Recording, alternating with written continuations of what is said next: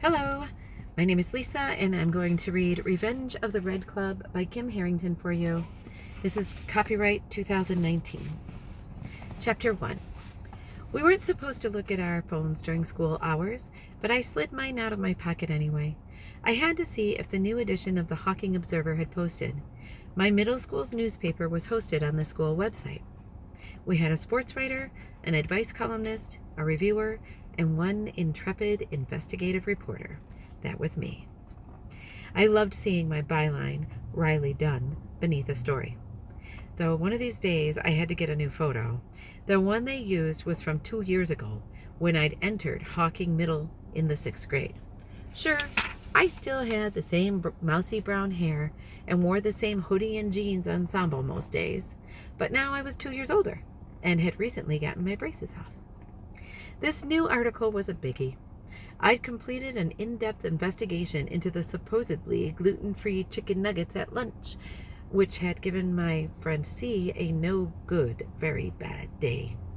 She had celiac disease, so eating anything with gluten was harmful. After some before-school cabinet snooping, I'd found that our cafeteria's food supplier had switched brands, and the new breading was certainly not gluten-free.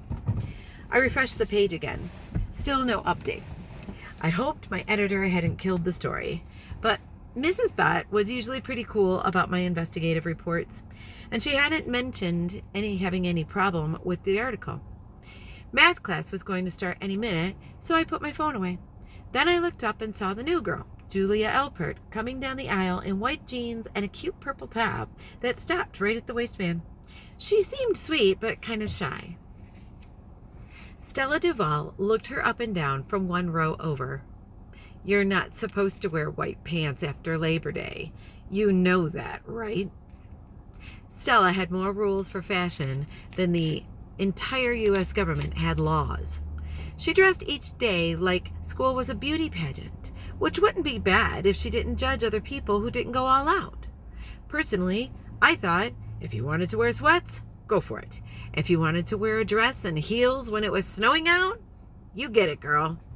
But Stella had somehow appointed herself the unelected fashion judge of our school. Julia didn't respond. She just stared down at her desk. I opened my mouth to make a snarky comment back to Stella, but before I could, Mr. Barlow blew into the room like a human tornado. Papers flew off the top of the pile he was carrying, and he nearly knocked over a cup of coffee on his desk when he laid them down. I have your tests graded, he announced, and a rumble of nervous chatter went through the room. Chairs squeaked as kids shifted in their seats. With that news at the forefront of my brain, I stopped thinking about my article and started worrying about algebra. It was a tough class in general, but that test had been even harder than most. Mr. Barlow walked the aisle, passing the exams back face down on students' desks. This was supposed to somehow keep students' grades private, but you knew exactly how someone did as soon as they flipped their test over. 8th graders weren't exactly known for their poker faces. I watched as Ava, my best friend, got her test in the seat beside me. Her face fell, and I saw a flash of 70-something as she slapped the test back down. She hadn't studied much. She hadn't had time. Ava was a competitive gymnast. Her parents drove her 40 minutes almost every day to an award-winning gym because she'd surpassed the one here in town. Even weekends, for hours and hours. Ava was good, like Olympics good in my opinion, but because of all the time she put into gymnastics, she didn't have much time for other things, like grades, having a social life, etc. I was the only friend she actually spent time with outside of school. We'd lived next door to each other our whole lives, but it was getting harder and harder to find time to get together. Mr. Barlow headed down my row next.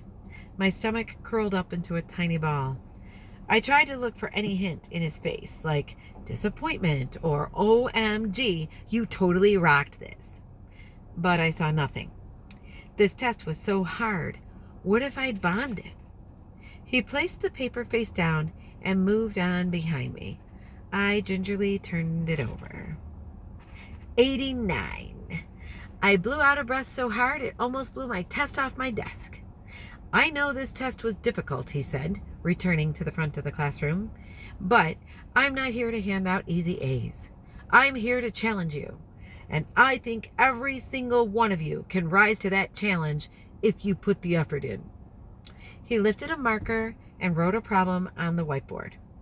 Everyone got number 3 wrong, so we're going to go over that one together. I need a volunteer for the board.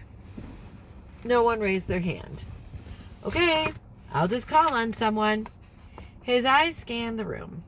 I immediately began rummaging in my backpack on the floor. He certainly wouldn't call on me if I was super busy looking for a pencil or whatnot. Julia. It worked. Poor Julia, though. What a day. First, Stella called her out on her post-Labor Day wear, and now this. But as she stood up and walked to the board, things suddenly got way, way worse. Julia had an uninvited guest, Aunt Flo, the most obnoxious, unwelcome visitor. And Julia certainly hadn't been expecting Flo to show up. I didn't think she even knew she was here. But due to that dark red stain on her white jeans, the whole class would know soon. Julia started her walk down the aisle. I yanked my hoodie over my head. I'd be cold in just a t-shirt, but this was more important. I ripped a sheet of paper from my notebook and stuffed it in my pocket. Then I dashed down the aisle, swooped my arms around her, and quickly tied the sweatshirt around her waist. You need this, I whispered. I continued down the aisle and tossed the crumpled up piece of paper from my pocket into the trash. Then I casually walked back to my seat. Nothing to see here, just had to throw some scrap paper away. But unfortunately, some people had seen. Bad people. The front of the classroom was oblivious, but Brody Scruggs and a couple of his buddies from the back were snickering and laughing with one another. Mr. Barlow turned around. Is there a problem? They clammed up and shook their heads. But as soon as Mr. Barlow turned away to hand the marker to Julia, evil grins spread across their faces once again. Ava gave me a nod and whispered, "Good work," under her breath. I only wish I'd been faster, or that Julia's Aunt Flo hadn't decided to visit on a day that she got called up to the board, or that she hadn't broken the Labor Day white pants rule. I hope you're not going to take that sweatshirt back, Brody sneered. Why wouldn't I asked, giving him a fake bewildered look. He rolled his eyes. You know why. I shrugged. I really don't. Mr. Barlow turned around. Is there a problem in the back of the room? I nonchalantly began scribbling numbers in my notebook, not a care in the world. Brody huffed beside me, but I doubted that he was upset about getting in trouble for talking. He got in trouble 1,000 times a day. What had really gotten under his skin was that he was unable to get under mine. I didn't give him the satisfaction of getting upset, and I wouldn't let Julia do it either. I smiled as I looked at the numbers I'd written down.